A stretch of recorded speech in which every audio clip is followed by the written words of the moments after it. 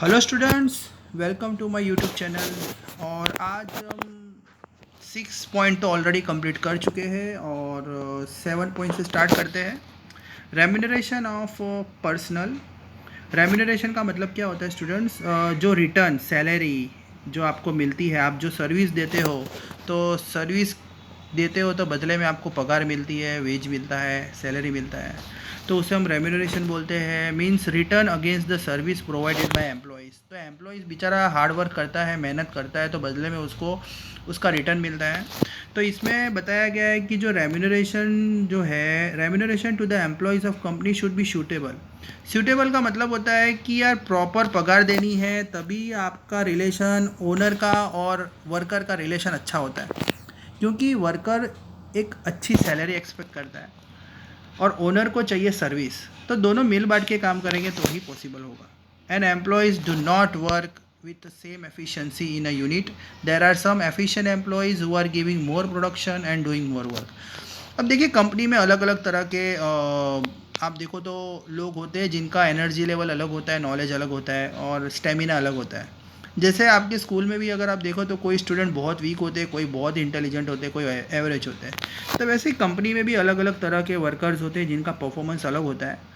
तो they should be compensate against their efficiency. Compensate का मतलब होता है तो उनको पे भी ऐसे ही करना है उनके परफॉर्मेंस के हिसाब से। जो अच्छा काम करेगा उसको अच्छी सैलरी मिलेगी, जो कम करेगा उसको कम मिलेगा, right. By doing this the worker turnover rate decrease. Worker turnover rate का मतलब होता है कि जब सारे वर्कर्स अगर बहुत मेहनत कर रहे हैं, पगार के लिए बहुत जी तोड़ मेहनत कर रहे हैं, तो आपको कम वर्कर्स को हायर करना पड़ेगा। मतलब लेस वर्कर में ही सारा काम हो जाएगा, उसे वर्कर टर्नओवर रेट बोलते हैं। You don't need to appoint more workers, तो फ़ायदा है आपको। इसलिए आप बोनस उनको दो, अपना प्रॉफिट शेयर करो। और रिप्रेजेंटेशन इन मैनेजरियल कमिटी। अगर आप कोई मीटिंग करते हो या आपकी कोई कमिटी है, आप मीटिंग ले रहे हो या मीटिंग कर रहे हो, तो आप अपने वर्कर्स की भी बात सुनो। उनको एक अच्छा लगेगा कि यार हमें भी इसमें पूछा जाता है। सेंट्रलाइजेशन। सेंट्रलाइजेशन का मतलब होता है पावर जो होता है वो एक ही मतलब बंदे के पास होता है, पावर सबके बीच में डिस्ट्रीब्यूट नहीं किया जाता है। जैसे कंपनी में जो मेन पावर होता है, फाइनेंस का पावर होता है, किसको काम पे रखना है, कौन सा बिजनेस चलना चाहिए, बिजनेस में किसको रखना है, किसको निकालना है, वो पावर खाली एक ही बंदे के पास होता है। उसे हम सेंट्रलाइजेशन बोलते हैं। So there must be a clarity that to which extent centralisation और decentralisation should be done.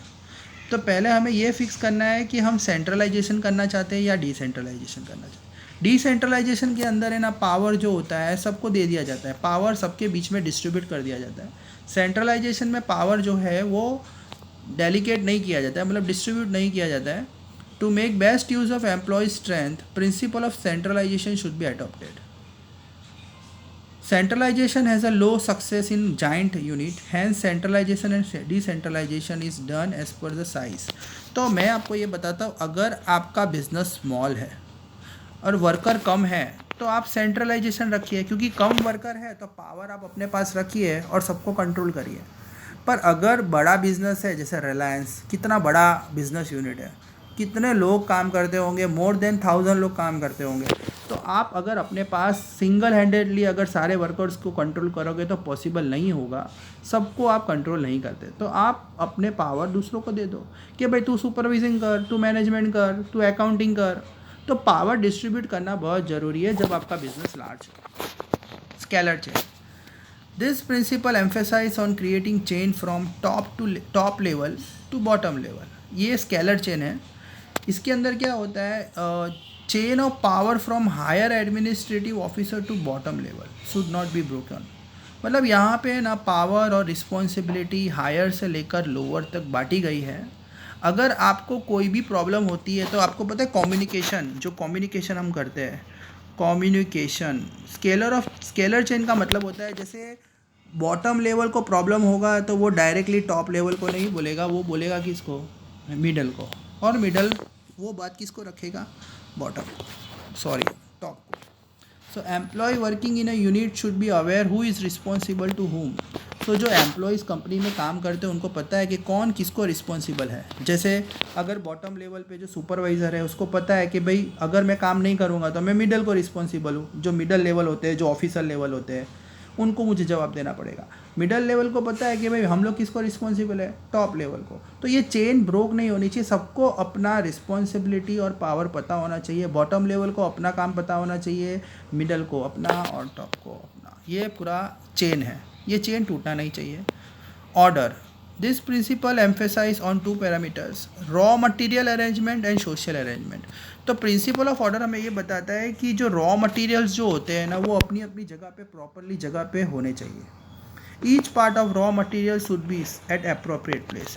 Company में जो रॉ मटेरियल होते हैं वो एक ही जगह पे होने चाहिए, तो क्या वर्कर्स को कन्फ्यूज़न नहीं होगा। भाई अगर वर्कर्स को रॉ मटेरियल की रिक्वायरमेंट है, सामान अगर उसको बनाना है, क्रिएट करना है, तो उसे पता है कि रॉ मटेरियल मुझे ये रूम में मिल जाएगी। अगर अलग अलग जगह पे रखा होगा तो बेचारे को दौड़ना पड़ेगा, ढूंढना पड़ेगा, उसमें आपका टाइम वेस्ट बहुत होगा। और वैसे ही स्किल एम्प्लॉयज़ जो होते हैं उनको भी प्रॉपर प्लेस पे रखना है। जैसे अगर कोई बंदा बहुत पढ़ा लिखा है तो उसको अच्छी पोस्ट पे रखना है, जो पढ़ा लिखा नहीं है, अनपढ़ गवार है, तो उसको लोअर पोस्ट पे रखना है। हर बंदा अपनी अपनी प्लेस पे बराबर होना चाहिए, उसको वैसे ही अरेंज करा के रखना चाहिए। Arrangement should be done for recruitment of employees in suitable place. तो प्रॉपरली अरेंजमेंट होना चाहिए। वैसे ही उनका इंटरव्यू लेना है, एग्ज़ाम लेना है, कैसे सिलेक्शन करना है, वर्कर्स को कैसे हमको रखना है, वो हमें अच्छे से पता होना चाहिए। रिक्रूटमेंट का मतलब होता है सिलेक्शन। वर्कर का सिलेक्शन जो है वो एक प्रॉपर सिस्टम से होना चाहिए। एग्ज़ाम्स लो, इंटरव्यू लो, ग्रुप डिस्कशन करो, पर्सनल एग्ज़ाम लो, ये सब आप कर सकते हो। Equality, employees are a part of managerial system. Since the employees are human being, practical approach should be adopted to handle them.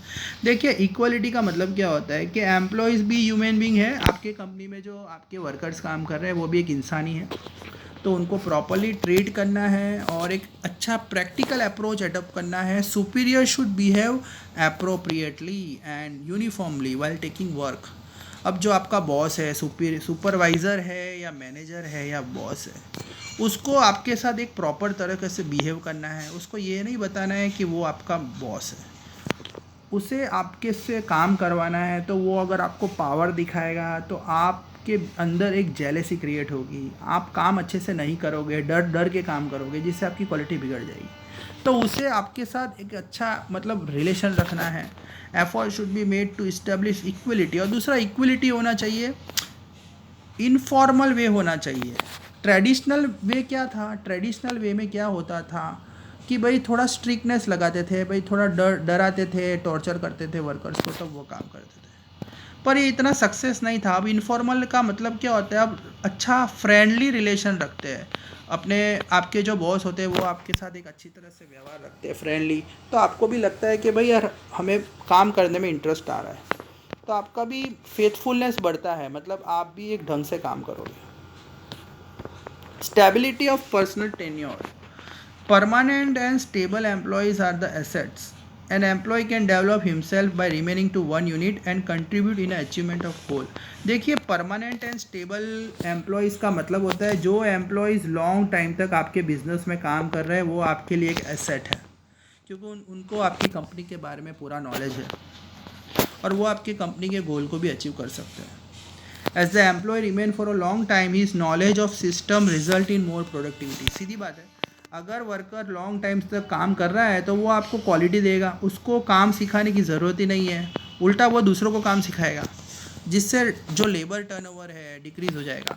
मतलब आपको 6 वर्कर्स की रिक्वायरमेंट है और आपके पास एक ऐसा वर्कर है जो 10 साल से आपके पास काम कर रहा है, तो वो 6 वर्कर का काम कर देगा, तो लेबर को ज़्यादा रखने की भी ज़रूरत नहीं है, आपकी सैलरी भी बढ़ जाएगी।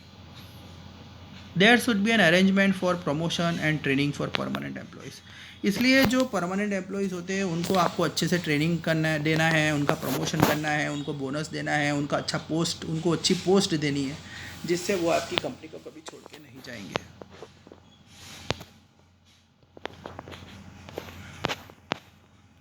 Initiative.